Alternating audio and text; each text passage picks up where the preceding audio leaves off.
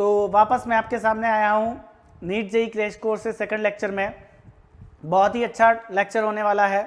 उम्मीद करता हूँ कि जो मैंने आपको बोला था कि फर्स्ट लेक्चर में मैंने बेसिक डायमेंशन आपको बताई थी, अगर वो डायमेंशन आपने यूज़ कर ली होगी, वो डायमेंशन आपने एक बार निकालनी सीख ली होगी, तो उसका यूज़ अपन यहाँ पे इस एप्लीकेशन वाले पार्ट में कर पाएंगे या वीमी विश्लेषण वाले पार्ट में कर पाएंगे। शर्त यह है कि आपको वो डायमेंशन आनी चाहिए, वो डायमेंशन याद होनी चाहिए, जिसके बेस पे आप ये सारा क्या कर सकते हो, पढ़ पाओगे। क्लियर है? तो सबसे पहले हम क्या करते हैं, आपको बता दें कि डायमेंशन एनालिसिस की कौन कौन सी एप्लीकेशन होती है। तो डायमेंशन एनालिसिस या वीमी विश्लेषण की 4 विधियां हैं। ठीक है, चलो पहली क्या है बेटा, to check the dimensionally correctness of formula, कि मेरा कोई भी फॉर्मूला करेक्ट है या नहीं है, अगर मुझे उसको चेक करना है तो इसका अपन क्या करना, यूज करते हैं। पर ये एप्लीकेशन अपने नीट लेवल पे नहीं पूछी जाती। ठीक है, पर मैं फिर भी आपको बता दूं कि कैसे करते हैं। तो 2 मिनट का ध्यान देना इधर। F इक्वल टू मान लो M A, F equal to क्या बेटा, एम ए। तो इस वाली साइड को अपन क्या बोलेंगे बेटा, LHS। क्या बोलेंगे बेटा, LHS। इस वाली साइड को क्या बोलेंगे बेटा, RHS। आप क्या करो, LHS और RHS दोनों डायमेंशन निकाल के देख लो। अगर दोनों डायमेंशन बराबर आती है तो फॉर्मूला क्या बेटा, सही है, अदरवाइज फॉर्मूला क्या बेटा, गलत है। क्लियर है? तो ये एग्जाम में नहीं पूछी जाती। एक बार बहुत पहले पूछी गई थी, शायद 2000 के आसपास, उस वाली सीरीज में, तो फॉर्मूला वो गलत था, S equal to UT plus half AT square, है ना, उसके रिलेटेड कुछ पूछा था। ठीक है, चल, तो ये हमारी एप्लीकेशन पूछी नहीं जाती है, तो हम यहाँ पे ये पढ़ने वाले नहीं हैं। क्रैश कोर्स का मतलब फटाफट कोर्स करना और वही पढ़ना जो एग्जाम पॉइंट ऑफ व्यू से इंपॉर्टेंट हो। Okay, second, to convert the 1 unit system into another, है ना, 3 यूनिट सिस्टम होते हैं, CGS, MKS और FPS। तो एक सिस्टम को दूसरे सिस्टम में बदलना, है ना, वो आपको नॉर्मली आना चाहिए। नहीं आए तो भी कोई दिक्कत नहीं है, वो आप डायरेक्ट रिलेशन याद कर लेते हो। जैसे 1-2 रिलेशन तो आपने याद भी कर रखे होंगे, जैसे 1 न्यूटन इक्वल टू 10⁵ डाइन, याद आ रहा है, और 1 जूल इक्वल टू 10⁷ अर्ग, है ना। ये फॉर्मूले क्या होता है, एक यूनिट सिस्टम से दूसरा, ये MKS और ये CGS, ये ऐसा ही है, CGS में कन्वर्जन का आता है। तो आप याद कर लोगे तो ठीक है, नहीं तो आप कैलकुलेट कर सकते हो। और पर उसका यूज़ हमारा जेईई में, नीट में कभी आता नहीं है, तो वो भी अपन करने वाले नहीं हैं। ठीक है, तो ये सेकंड एप्लीकेशन भी हमारा कोई काम की नहीं होती है। थर्ड और फोर्थ एप्लीकेशन बहुत ज़्यादा काम की होती है, ध्यान से सीखना। कैसे काम की होती है, to find the dimension of constant, कि कोई भी आपको कांस्टेंट दे रखे होंगे, उसकी आपको डायमेंशन फाइंड करनी होगी। ठीक है ना, कैसे करते, ढंग से सीखना। एग्जाम्पल के तौर पे मैं अगर बात करूं, आपको दे रखा है V equal to A plus BT, V equal to A plus BT। यहाँ पे V जो है वो आपको क्या दे रखा है बेटा, वेलोसिटी, या फिर हिंदी में बोलूँ तो वेग, और T जो है वो क्या दे रखा है बेटा, टाइम, हिंदी में बोलूँ तो क्या दे रखा है बेटा, समय। ओके, और A और B आपके क्या बेटा, नियतांक है, कांस्टेंट है। तो A और B की डायमेंशन आपको बोला फाइंड करो, ऐसा क्वेश्चन आता है। तो ऐसे क्वेश्चन को सॉल्व करने के लिए आपको एक चीज़ जो पता होनी चाहिए, उसको बोलते हैं principle of homogeneity, principle of homogeneity, विसमांगता का सिद्धांत। क्या बोल रहा, विसमांगता का सिद्धांत क्या कहता है। पहला तो आपको ये पता होना चाहिए कि अगर फॉर्मूला सही है तो LHS की डायमेंशन और RHS की डायमेंशन क्या होनी चाहिए बेटा, बराबर। और दूसरा, अगर मैं आपको बोलूं 4 गधे और 3 घोड़े कितने होते हैं, ठीक है, तो कोई बोलेगा 7, तो खुद ही गधा है। ठीक है ना, 7 आप ऐसे ऐड नहीं कर पाते हैं, है ना। 2 मीटर प्लस 5 मीटर कितना होता है, तो आप बोलोगे sir 7 metre, plus 2 metre plus 3 newton बोलूँ तो आप क्या, आप ऐड कर पाओगे, आप ऐड नहीं कर पाओगे, क्योंकि वो दोनों अलग अलग क्वांटिटीज है ना। हाँ, आप मल्टीप्लाई डिवाइड जरूर कर सकते हो अलग अलग क्वांटिटीज को, पर आप दो क्वांटिटी को, अलग अलग क्वांटिटी को ऐड या सब्ट्रैक्ट नहीं कर सकते। ये हमारा प्रिंसिपल है। ठीक है, तो क्या बोलते बेटा, 2 same physical quantity can be added और सब्ट्रैक्टेड। मतलब 2 फिजिकल क्वांटिटी अगर सेम है तो ही उनको अपन क्या कर सकते हैं, ऐड कर सकते हैं या सब्ट्रैक्ट कर सकते हैं। अलग अलग क्वांटिटी को ऐड या सब्ट्रैक्ट नहीं कर सकते। बहुत इजी चीज़ है। चलो, तो यहाँ पे दोनों अप्लाई करते हैं। आपको फॉर्मूला पूछा है मतलब सही होगा, इसलिए आप बोलोगे सर LHS और RHS दोनों क्या बेटा बराबर हैं। LHS और RHS क्या बेटा बराबर है। तो इसको आपको क्या पता पड़ रहा है सर LHS में कौन है बेटा, ये वेलोसिटी है, वेग है, ये कौन है बेटा वेलोसिटी है। तो सर RHS का ये भी क्या होना चाहिए वेलोसिटी होना चाहिए। क्या होना चाहिए बेटा वेलोसिटी। ये तो समझ में आ गया कि फॉर्मूला अगर सही है तो LHS की डायमेंशन और RHS की डायमेंशन क्या होनी चाहिए बेटा सेम। तो अगर ये वेलोसिटी तो इधर वाला भी क्या होना चाहिए बेटा वेलोसिटी। ओके सर ये अगर वेलोसिटी है पूरा तो इसका मतलब ये भी वेलोसिटी और ये भी वेलोसिटी होगा, तभी तो आपने इन दोनों को क्या कर रखा है ऐड कर रखा है, दोनों के बीच में प्लस का साइन आ रहा है ना। तो आप ये दोनों ऐड कब कर पाओगे जब ये भी वेलोसिटी हो और ये भी क्या बेटा वेलोसिटी हो। तो आपको कुल मिला के पता पड़ गया सर ए की डायमेंशन जो होगी वो वेलोसिटी या वेग की डायमेंशन की क्या होगी बेटा बराबर होगी, और वेलोसिटी की डायमेंशन क्या होगी बेटा LT-1। तो आपकी ए की डायमेंशन तो आ गई LT-1। ओके दूसरा आपको क्या बोला B इंटू टी। सर ये भी किसके बराबर होगा वेलोसिटी के बराबर होगा। तो B इंटू टाइम की डायमेंशन t और वेलोसिटी की बेटा LT-1।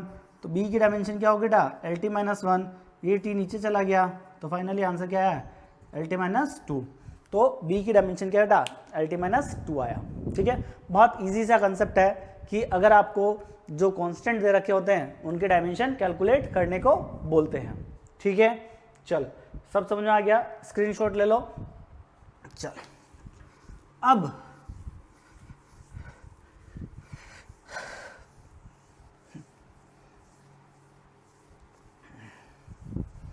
आपको एक क्वेश्चन नीट में आया हुआ इसका,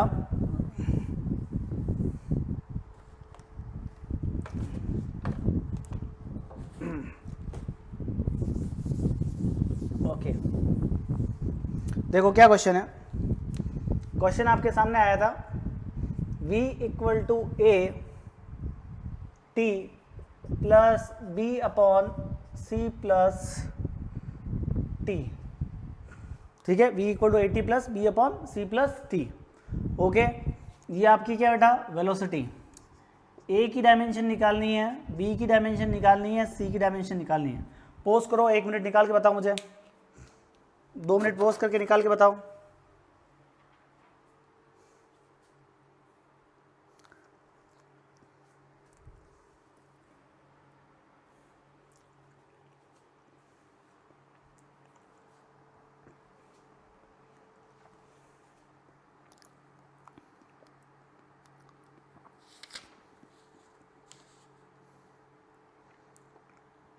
ये हालांकि बहुत पहले आया था, नीट 2006 के आसपास आया था।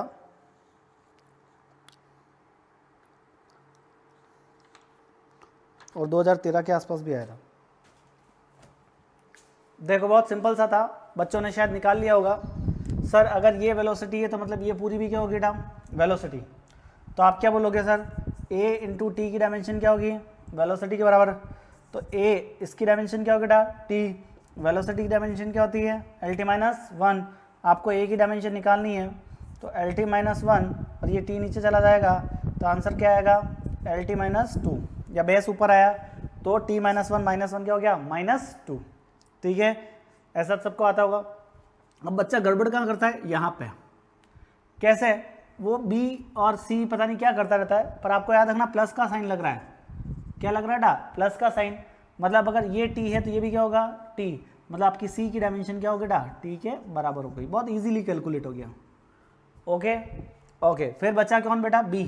तो आपको बताइए ये पूरा कौन है बेटा वेलोसिटी है, तो b अपॉन ये नीचे वाला कौन था बेटा टाइम, इसकी डायमेंशन क्या बराबर बेटा वेलोसिटी के बराबर। तो क्या हो गया LT-1, तो b की डायमेंशन क्या होगी LT-1 और ये t उधर मल्टीप्लाई में चला गया तो पावर कितनी होगी 1, ये से ये कैंसिल हो गया तो b की डायमेंशन क्या होगी बेटा l के बराबर हो गई।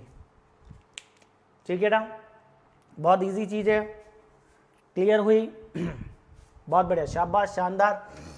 बढ़ते हैं आगे, 1-2 क्वेश्चन और करवाता हूँ इसके, आपको आना चाहिए सॉल्व करना।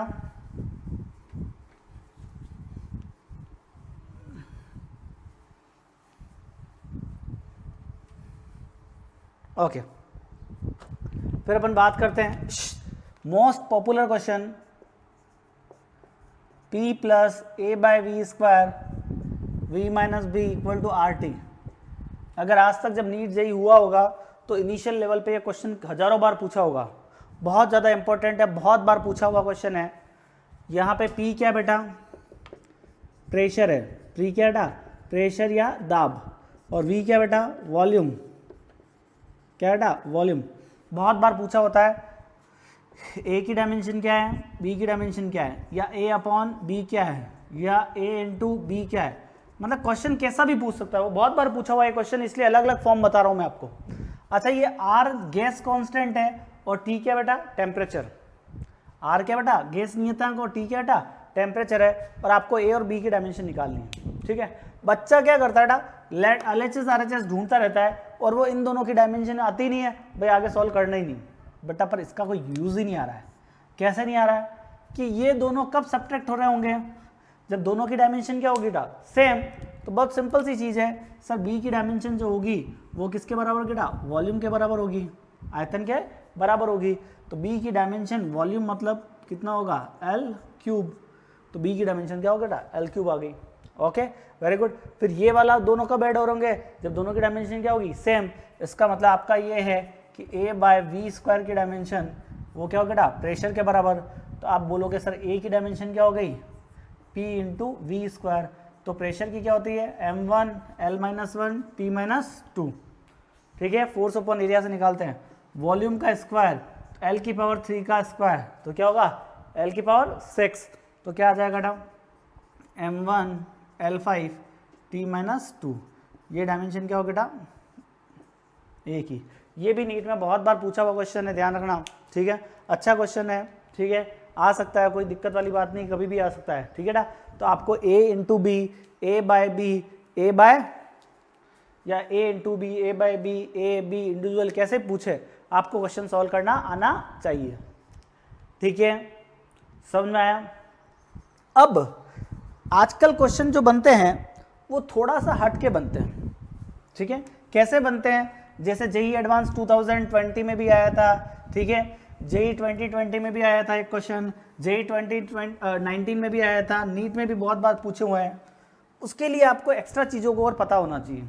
क्या होता है, पता होना चाहिए जी, कि पहली चीज़, all trigonometric function, all trigonometric function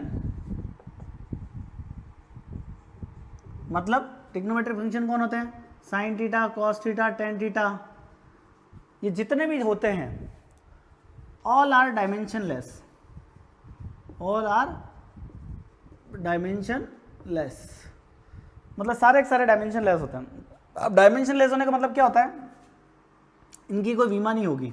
क्यों नहीं होती बेटा, क्योंकि तो थीटा ही डायमेंशनलेस होता है। थीटा क्या होता है, एंगल, एंगल क्या होता है, एंगल की कोई डायमेंशन होती है क्या, नहीं होती है, यूनिट होती है पर कोई डायमेंशन नहीं होती है। तो एंगल क्या होता है, डायमेंशन लेस होते हैं। क्या होता है, डायमेंशन लेस होते हैं, ये आपको पता होना चाहिए। तो सारे sine theta, cos theta, tan theta, ये सब बीमाहीन होते हैं, ये आपको पता होना चाहिए। Second, logarithm function, logarithm function मतलब लॉग वोग जहां पे भी दे रखा होगा वो भी क्या होंगे, डायमेंशन लेस, वो भी क्या होंगे ना, डायमेंशन लेस, विमाहीन होंगे। ठीक है, ओके। और तीसरा, अगर मैं बात करूं एक्सपोनेंशियल फंक्शन, क्या बेटा, एक्सपोनेंशियल फंक्शन है ना, चरघातांकी फलन, जैसे e की पावर -x, e की पावर -t, कुछ भी आ गया, यहाँ पे क्या हो गया, log a या log a बाई बी, ये सारी चीज़ें। तो ये क्या हो बेटा, सारे सारे क्या होता है, डायमेंशन लेस होते हैं, विमाहीन होते हैं। ये आपको पहले तो पता होना चाहिए। फिर अपन क्या करें, क्वेश्चन को सॉल्व करने में इसका यूज करते हैं।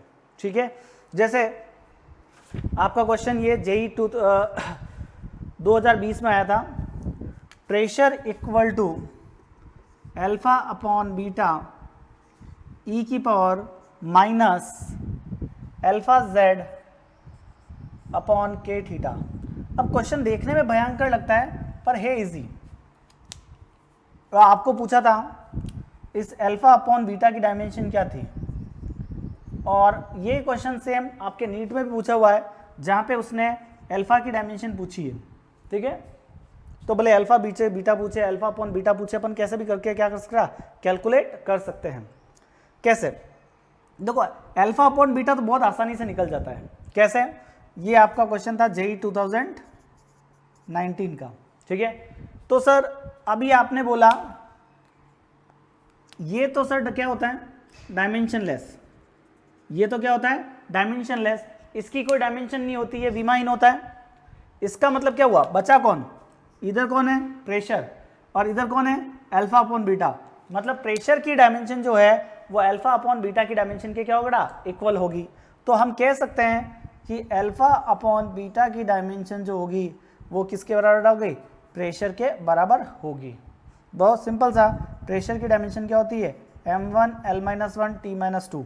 तो ये क्या आ गया था, अल्फा अपॉन बीटा की डायमेंशन के इक्वल आ गया, ठीक है। तो ये तो बहुत इजी है, इसमें आपको सोचने वाली बात नहीं थी। बट अगर आपको सेकंड टाइप का क्वेश्चन पूछा होता और उसमें आपको पूछा होता अल्फा की डायमेंशन क्या है, ये अल्फा अपॉन बीटा आपको नहीं पता होता, तो आपको थोड़ा दिमाग लगाना पड़ेगा। क्या दिमाग लगाते, देखो बेटा कि सर ये एक्सपोनेंशियल फंक्शन जो होता है वो क्या होता है, डायमेंशनलेस होता है, उसकी कोई डायमेंशन नहीं होती। इसका मतलब उसकी जो पावर है वो भी क्या होगा, डायमेंशन लेस होगी। क्या होगा, डायमेंशन लेस होगी।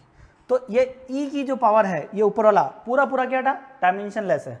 मतलब मैं बात करता हूँ alpha into Z upon K theta, ये क्या होगा, डायमेंशन लेस, मतलब m0 L0 T0। Okay, question में आपको दे रखा था जेड जो है वो क्या है बेटा, आपकी डिस्टेंस है। जेड क्या है बेटा, आपकी डिस्टेंस है। और अल्फा की डायमेंशन आपको निकालनी थी, जो एक कांस्टेंट था।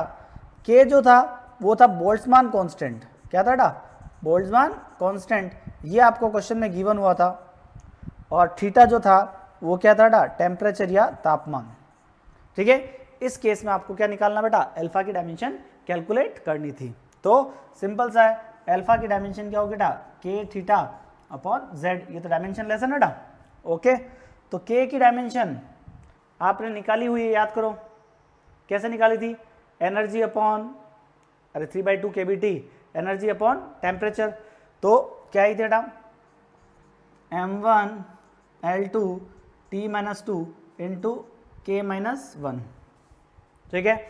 और थीटा मतलब टेम्परेचर है, उसकी क्या होगी बेटा, K। और नीचे कौन है बेटा, Z। Z की डायमेंशन क्या होगी, L। तो ये K से तो K क्या हो जाएगा, कैंसल। ये L से L क्या हो जाएगा, कैंसल। तो आपकी क्या आएगी बेटा, m1 L1 T-2। ये आपकी क्या होगा बेटा, अल्फा की डायमेंशन आएगी। क्लियर है, समझ में आ गया। तो ये आपका क्वेश्चन जेईई 2019 में पूछा हुआ था। और ये क्वेश्चन शायद पहले आपके नीट में भी पूछा हुआ है ना, वो थोड़ा सा पहले पूछा हुआ है ना। क्लियर है, यहाँ तक कोई डाउट? तो समझ में आया कि सेकंड टाइप अपन इसको कैसे यूज कर सकते हैं, वो भी आपको क्लियर होना चाहिए। चलो हटा दूं।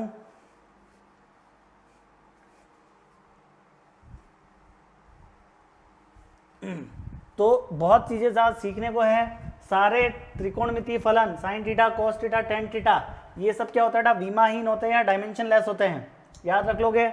दूसरा, आपके जितने भी लॉगरिथम फंक्शन है वो भी क्या होगा, डायमेंशन लेस, विमाहीन होते हैं, ठीक है। और तीसरा अपन ने बोला जितने भी एक्सपोनेंशियल फंक्शन है वो भी क्या होता है, डायमेंशन लेस होते हैं, ठीक है। और y इक्वल टू आपको बोला a साइन के X minus B T, Y equal to a sine के एक्स माइनस बी टी, ठीक है। आपको पूछा है इस b की डायमेंशन क्या है और a की डायमेंशन क्या है, जहाँ पे आपको दे दिया y is a displacement, y is displacement, ठीक है। और t जो दे रखा है वो क्या दे रखा है, टाइम। और a जो कांस्टेंट है उसकी डायमेंशन निकालो, b जो कांस्टेंट है उसकी डायमेंशन निकालो, ठीक है। आपको kx के बारे में कुछ भी नहीं दिया रखा है क्वेश्चन में, ये थोड़ा इंपॉर्टेंट चीज़ है, ये आपको दे नहीं रखा है, ठीक है ना। तो बच्चा यहीं पे उलझ जाता है। बच्चा क्या सोचता है, ये दोनों सब्ट्रैक्ट हो रहे हैं, मतलब दोनों की डायमेंशन क्या होगी, बराबर। पर भाई अगर आपको ये डायमेंशन नहीं दे रखी है तो आप सब्ट्रैक्ट करके पता तो कर ही नहीं पाओगे, ठीक है। और आप जरूर एक ही डायमेंशन जरूर पता कर सकते हो कि सर ये पूरा तो क्या होता है, साइन थीटा तो क्या होता है, डायमेंशन लेस होता है, तो ये वाला पूरा पार्ट डायमेंशन लेस है, इसका मतलब y की डायमेंशन और a की डायमेंशन तो क्या होगी बेटा, सेम। तो सिंपल सी चीज़ सामने निकल के आई, सर a की डायमेंशन जो होगी वो क्या होगी, y के बराबर, मतलब a की डायमेंशन मतलब y क्या, डिस्प्लेसमेंट, उसकी डायमेंशन क्या होगी, l। तो आपके a की डायमेंशन क्या आ गई बेटा, l आ गई। बहुत सिंपल सा है। बट सर आपने बोला ये साइन थीटा, ये कौन होता है, एंगल, ये कौन होता है, एंगल, और एंगल क्या होता है, डायमेंशन लेस होता है। इसका मतलब है कि दोनों क्वांटिटी अगर सब्ट्रैक्ट हो रही है तो कब हो सकती है, जब ये दोनों ही क्या हो बेटा, डायमेंशन लेस। तो आप बोल सकते हो कि सर b इंटू टी जो होगा वो डायमेंशन लेस होगा, मतलब m0 l0 t0 के बराबर होगा। तो यहाँ से आप क्या कर सकते हो बेटा, b और इसकी डायमेंशन t, तो क्या होगा m0 l0 t0, तो b की डायमेंशन क्या होगी बेटा, m0 l0 t0 अपॉन ये t नीचे चला गया, तो मुझे सॉल्व करना है फर्दर, तो b इक्वल टू क्या हो गया, t की पावर -1। तो यहाँ पे आपकी क्या हो गया, b की डायमेंशन आपने कैलकुलेट कर ली, है ना। तो बहुत अच्छे क्वेश्चन बनते हैं इस टाइप के, ध्यान रखना, ठीक है। तो कहीं पे एक्सपोनेंशियल फंक्शन आ जाएगा, कहीं पे ट्रिग्नोमेट्रिक फंक्शन आएगा, कहीं पे लॉगरिथम, ओके बेटा। तो यहाँ पे देखो आपको अगला क्वेश्चन क्या दे रखा है, p equal to P naught e की power minus alpha T square.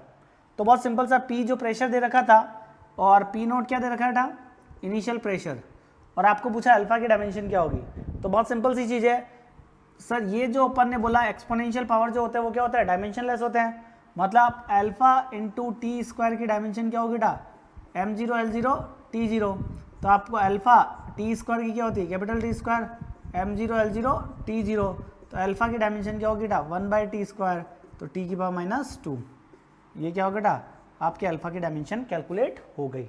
ये भी आपका JEE 2020 का सॉरी 2019 का क्वेश्चन था, ठीक है। तो आप ऐसे क्या कर सकते हो बेटा, गिवन क्वांटिटी की आप डायमेंशन फाइंड कर सकते हो। तो जो भी आपको क्या दे रखा हो बेटा, ये एक्सपोनेंशियल फंक्शन दे रखे हो, ट्रिग्नोमेट्रिक फंक्शन दे रखे हो, लॉगरिथम फंक्शन दे रखे हो, उन सब की डायमेंशन क्या होगी बेटा, वो डायमेंशन लेस होंगे, ठीक है। चलो बात करते हैं इसके फोर्थ एप्लीकेशन की, जो अपने आप में एक बहुत इंपॉर्टेंट है। वो वाली एप्लीकेशन क्या है, टू डिराइव द फॉर्मूला। कौन सा बेटा, टू डिराइव द फॉर्मूला। अब बेटा सर हमारा फॉर्मूला डिराइव करना थोड़ी आएगा, आपके फॉर्मूला डिराइव करना नहीं आएगा, पर आपको वो फॉर्मूले में वैल्यू पूछ सकता है कि इसका आंसर क्या होगा, ठीक है। बहुत सिंपल सी चीज़ है कि अगर कोई भी चीज़ आपको पूछी जाती है तो उसको हम कैसे सोल्व करेंगे, वो मैं सबसे पहले आपको बता दूँ। एग्जाम के लिए सबसे इंपॉर्टेंट तो बेटा आपको क्या दे रखा है कि लेंथ किस किस पे डिपेंड कर रही है, h पे, g पे और c पे। ये बहुत बार पूछा हुआ क्वेश्चन है। तो देखो जिस जिस पे डिपेंड करती है उस पर पावर लगाते हैं, a, b और c। Length Planck constant, gravitational constant, और यहाँ क्या है, स्पीड ऑफ लाइट। c जो है आपकी क्या ना, स्पीड ऑफ लाइट है, ओके। तो अब आपको इसको सॉल्व करना है। तो सबसे पहले क्या लिखते हैं बेटा, जब भी प्रोपोर्शनलिटी का साइन रहता है कांस्टेंट लगाते हैं k, या h की पावर क्या बेटा a, g की पावर क्या बेटा b, और c की पावर क्या बेटा c, ठीक है ना। तो डायमेंशन लिखते हैं, लेंथ की डायमेंशन क्या होगी बेटा l, k की कोई डायमेंशन नहीं होती है, h की डायमेंशन आपको बता दूं Planck constant, energy upon frequency, तो इसकी डायमेंशन होती है m1 l2 t-1, उसकी पावर क्या होगी बेटा a। g की डायमेंशन m-1 l3 t-2, उसकी पावर क्या होगी बेटा b। और स्पीड ऑफ लाइट क्या होता है lt-1, उसकी पावर क्या हो जाएगी बेटा c, ओके।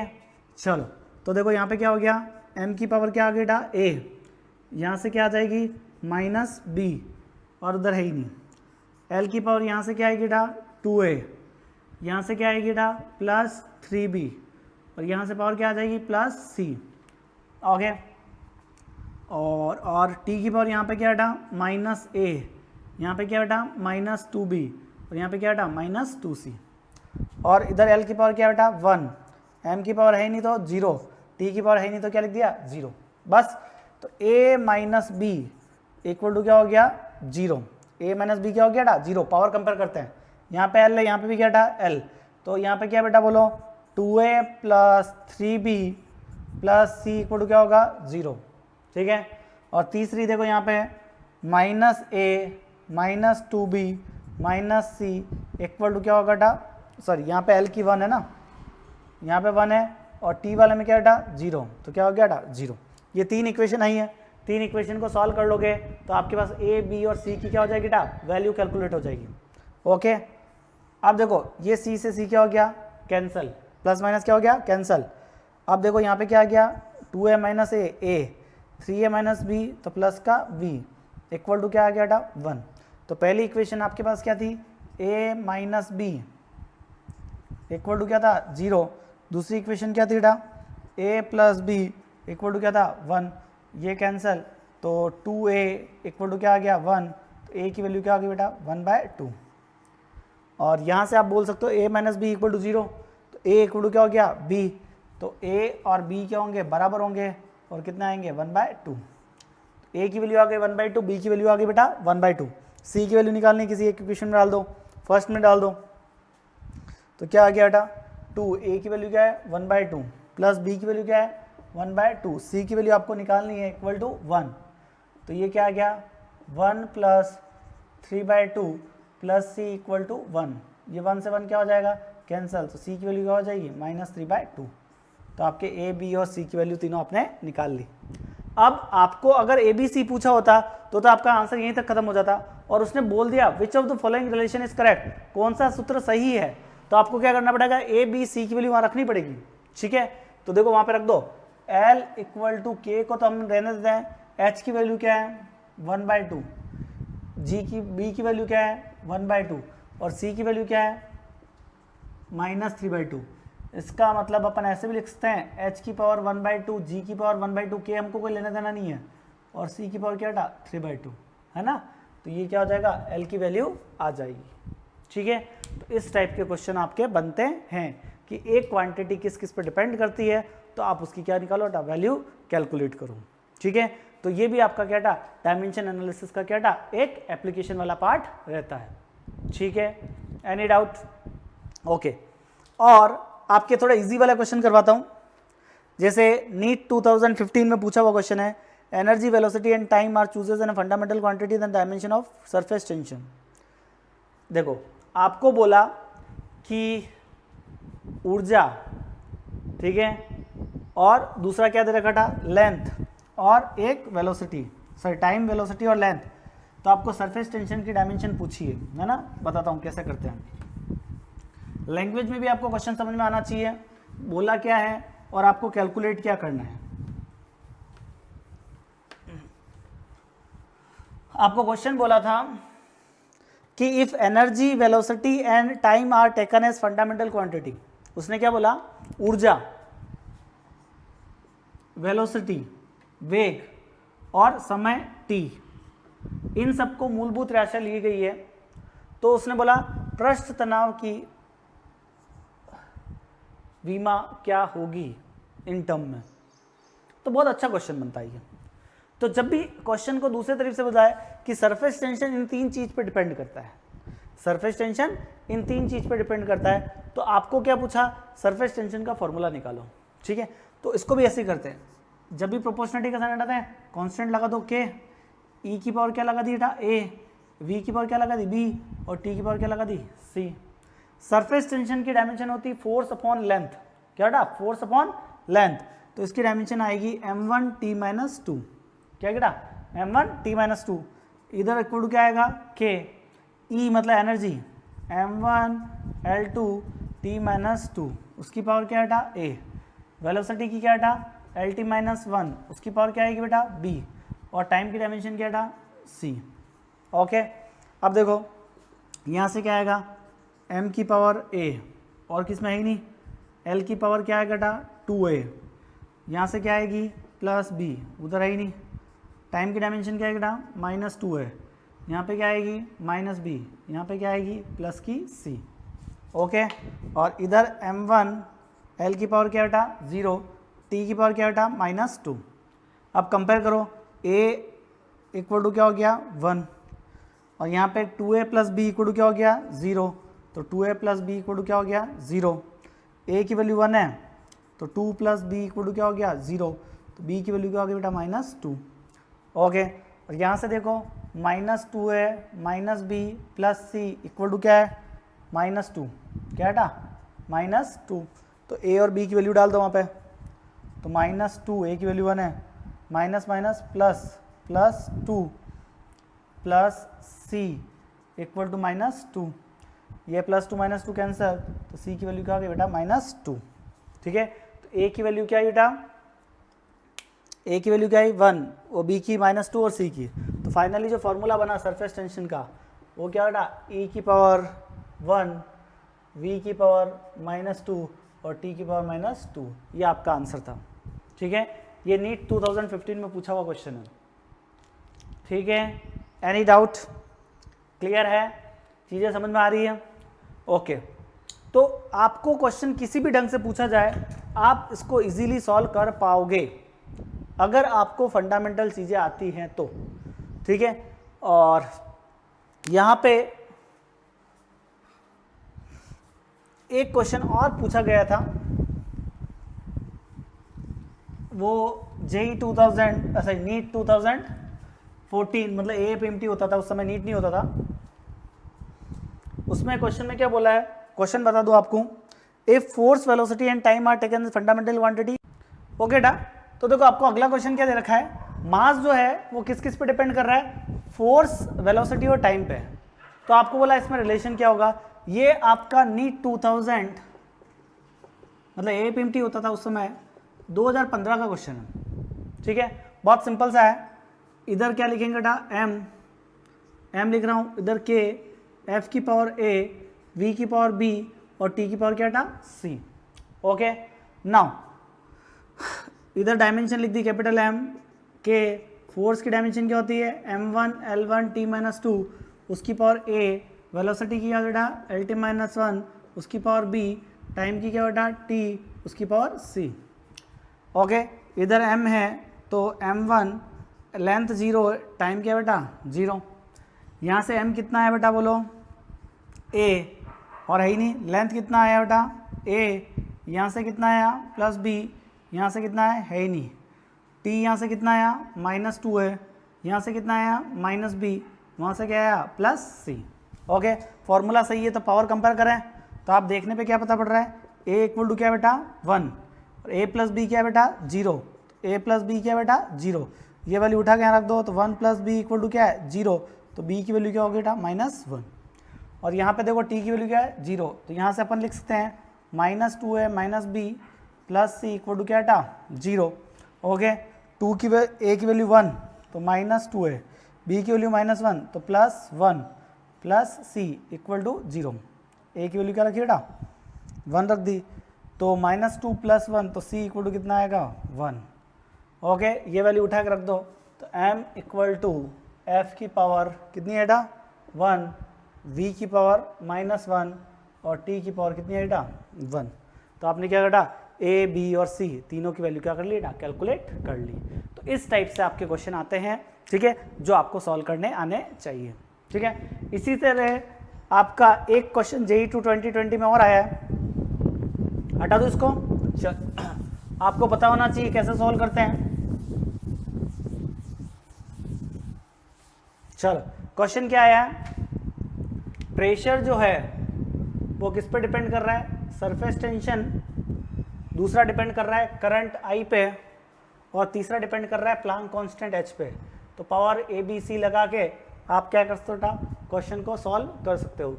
ये JEE 2020 का क्वेश्चन है। ओके, और क्वेश्चन आया था JEE 2019 में, time is directly proportional to GCH। ये भी सेम क्वेश्चन मैंने थोड़ी देर पहले करवाया था, वहाँ पे देखो मैंने किस पे डिपेंड करा था, लेंथ पे, यहाँ पे किस पे डिपेंड कर रहा है, टाइम पे डिपेंड कर रहा है। ये भी आपका JEE 2019 का क्वेश्चन है। और सेम वे में आपका JEE 2020 में एक क्वेश्चन और आया, आपका क्या बोला, यंग मॉडुलस Y जो है वो किस पे डिपेंड कर रहा है, V पे, और किस पे डिपेंड कर रहा है, D, एक्सेलरेशन A पे डिपेंड कर रहा है, और तीसरा फोर्स F पे डिपेंड कर रहा है। ठीक है, तो आप ये सारे क्वेश्चन सॉल्व करके मुझे कमेंट बॉक्स में आंसर देना कि उसके आंसर क्या पे आए। ठीक है, तो ये वाला जो पार्ट होता है वो आपका क्वेश्चन में पूछा जाता है, किससे रिलेटेड बेटा, यूनिट और डायमेंशन से रिलेटेड। तो जो जो यूनिट और डायमेंशन से आता है वो सारी चीज़ें मैंने आपकी यहाँ पे कवर करवा दी है, तो आपको ज़्यादा दिक्कत होनी नहीं चाहिए। ठीक है, तो बहुत ईजी वाली पार्ट था वो मैंने करवा दिया। अब बात आती है मेजरमेंट वाले पार्ट की, तो बेटा वो मैं आपको क्या करूँगा, एक प्रैक्टिकल सेशन लूँगा। क्या लूँगा? प्रैक्टिकल, जिसमें प्रैक्टिकल से रिलेटेड यहाँ से, अब जैसे मेजरमेंट, अपना चैप्टर का नाम क्या है? Unit, dimension and measurement. Unit से तो कुछ आता नहीं है, अपन ने पढ़ा नहीं है। फिर आता है डायमेंशन, डायमेंशन से रिलेटेड जो जो आता है वो मैंने सारा पढ़ा दिया। अब तीसरा पार्ट जो बचता है वो क्या होता है? मेजरमेंट। मेजरमेंट में क्या आता है? एरर आता है और कुछ इंस्ट्रूमेंट्स आते हैं जिसको बोलते हैं अपन वर्नियर कैलिपर, ठीक है ना, स्क्रू गेज, ठीक है, स्फेरोमीटर। तो ये सारे इंस्ट्रूमेंट प्रैक्टिकल वाले सेशन में लूँगा, क्योंकि मैं आपको प्रैक्टिकल फिजिक्स करके पढ़ाऊँगा। क्योंकि क्लास 12th के भी कुछ प्रैक्टिकल के पार्ट है, जैसे अपना पोटेंशियोमीटर वाला हो गया, क्लास 11th के यहाँ पे हो गए, पीछे से रेजोनेंस ट्यूब हो गया। तो ऐसे बहुत सारी चीज़ें क्या होता है ना, प्रैक्टिकल उसमें भी आती है ना। तो आपके जेई वाले सेक्शन में 5 से 10% प्रैक्टिकल चीज़ें भी आती है, तो वो प्रैक्टिकल वाला मैं एक पूरा सेक्शन अलग से लूँगा। इसलिए यूनिट, डायमेंशन एंड मेजरमेंट, तो आपका डायमेंशन वाला पार्ट एक तरीके से क्या होता है ना, ओवर होता है, जो मैंने आपका ख़त्म करवा दिया है। ठीक है, अगला लेक्चर में आपका मोशन है ना, इन्हें 1 डे उस पर लेने वाला हूँ। बहुत इंटरेस्टिंग है, मज़ा आएगा। अभी तक तो मैंने ईमानदारी से बच्चों वाली चीज़ करी है। वास्तव में फिजिक्स जो स्टार्ट होती है वो काइनेमेटिक्स से स्टार्ट होती है, और मोशन इन्हें 1 डे वाला मैं करवाने वाला हूँ। ठीक है ना, चलो तो वापस जिन बच्चों ने अभी तक मेरा चैनल लाइक या सब्सक्राइब नहीं किया है, प्लीज़ लाइक और सब्सक्राइब कर दीजिए, बेल आइकन प्रेस कर दीजिए, ताकि आपको फर्दर नोटिफिकेशन मिलती रहे। ओके, और स्पेशली मैं बात करना चाहूँगा बच्चों से कि हम और क्या कर सकते हैं इस अपने क्रैश कोर्स को इम्प्रूव करने के लिए, वो आप मुझे कमेंट बॉक्स में आंसर दीजिए, ताकि अपन ज़्यादा से ज़्यादा इम्प्रूव करके आपके लिए हेल्पफुल बना पाए। ठीक है, मैंने टेलीग्राम पे अपना चैनल बना दिया है। टेलीग्राम पे मेरा आरजी सर नाम से क्या बेटा चैनल है, तो टेलीग्राम चैनल को भी आप लाइक कर देना, उस पर मुझसे ऐड हो जाना। जो भी आपको क्वेश्चन पूछने हैं वहाँ से आप मुझसे पूछ सकते हैं। क्लियर है? चलो, आप मुझे क्वेश्चन भेजोगे, मैं उसका आंसर आपको भेज दूंगा। ठीक है, यहाँ पे मैं आपको कमेंट बॉक्स में इसकी डीपीपी डाल दूंगा। ठीक है, और साथ साथ में जो मैंने टेलीग्राम पे अपना जो चैनल बनाया है उस पर भी आपको क्या करूँगा, वो डीपीपी डाल दूंगा। आप क्वेश्चन सॉल्व करना, और जो डाउट्स आपको आए वो मेरे से आप पूछ लेना। क्लियर है? चाहते हैं हम कि इस 80 दिन के क्रैश कोर्स को हम फ्रूटफुल बनाएं। ठीक है ना, स्टार्टिंग के 2 लेक्चर बहुत छोटे छोटे बनाए मैंने, और फटाफट भी बनाए ईमानदारी से, क्योंकि सेक्शन इतना इंपॉर्टेंट नहीं रहता है ना। जो चीज़ें सीखने वाली होती है वो मैंने सिखा दी कैसे सीखनी है, बट अब हम तसल्ली से पढ़ेंगे, बिल्कुल ढंग से पढ़ेंगे। आपको भी थोड़ा सा एफर्ट डालने हैं, मैं अपनी एफर्ट्स डालता हूँ, आप अपनी एफर्ट डालें, देखो रिजल्ट हमको मिलेगा। चलो बाय बाय एवरीवन, मिलते हैं अगले वीडियो में कल।